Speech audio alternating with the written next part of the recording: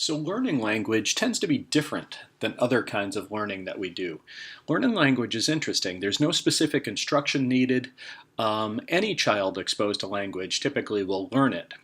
But it's really key that social interaction happens and that there's two-way conversation. That tends to yield the best results. So conversing with children provides better language ability than simply reading to them. Even when the exposure is one way, though, the child listening to the speaker, they get more learning with real person, sort of face-to-face contact than when a child is listening to the same speaker on a television. So this kind of social aspect to language is really critical for its development. Uh, B.F. Skinner had sort of a behavioral theory that approached language learning. He argued that children learn language via operant conditioning, basically like so many of the other things that he focused on in learning.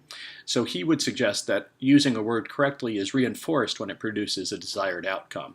But this really doesn't match the observations of children when learning language. So parents, for example, respond to children's sentences more likely attending to the meaning of the sentence as opposed to the grammatical structure. So when the child says, "We go to the store today," the parent is likely to respond, "Oh, no, that's not right. We went to the store yesterday." The parent models the correct use of the past tense, went instead of goed, but shows more interest in whether the child was accurate in their statement. Was it today or yesterday? So they're more interested in shaping sort of the truthfulness and the ability to communicate as opposed to the grammatical structure. And that's very different than what Skinner would have suggested. Instead, another approach is called the nativist approach.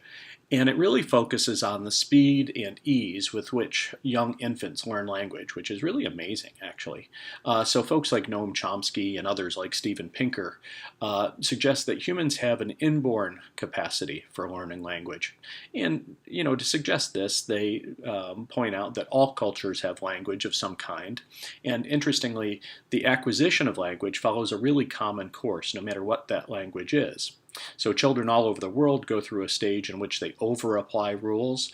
So, like I said, instead of saying she went to the store, the child will say she goed to the store. So that's an over-application of a rule. And all children go through this kind of over-application of rules and eventually learn how to deal with exceptions in language and so forth.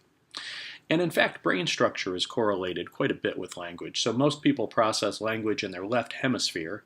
And of course, damage to the left hemisphere, as we talked about previously, create language problems or language deficits. Things like Broca's aphasia and Wernicke's aphasia.